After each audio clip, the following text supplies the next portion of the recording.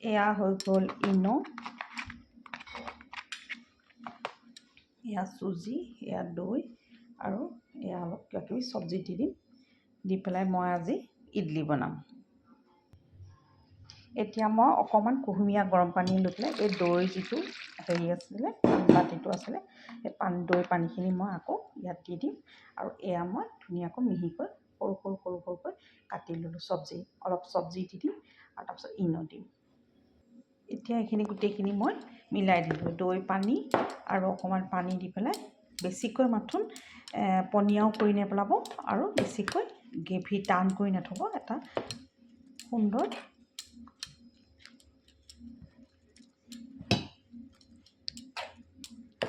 সুন্দৰকৈ কৰি ল'লোঁ। যদি আপুনি অকণমান টান দেখিছে তেতিয়া অকণমান মাত্ৰ পানী দি দিব।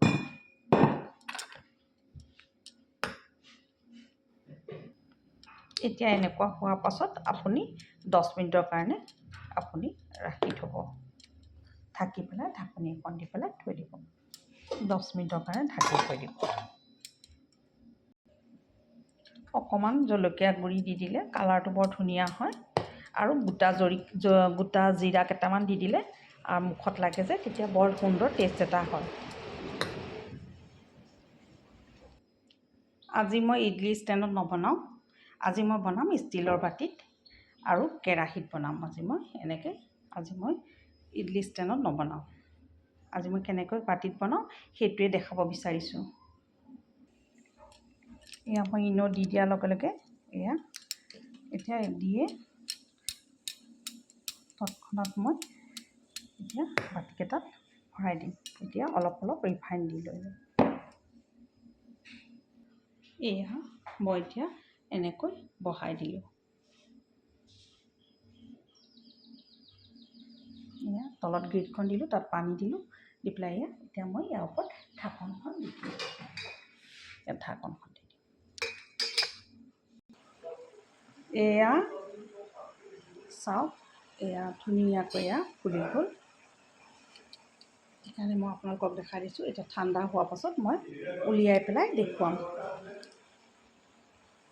এয়া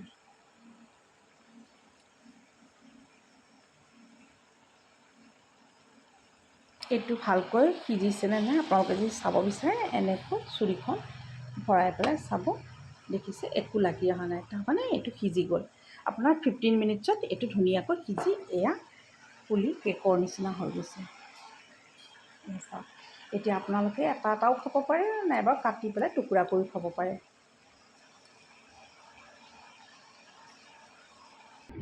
এয়া এনেকৈ হৈ যায় আৰু অলপ ঠাণ্ডা হোৱাৰ পিছতে যে নিজে বাটিৰ পৰা ওলাই যায়।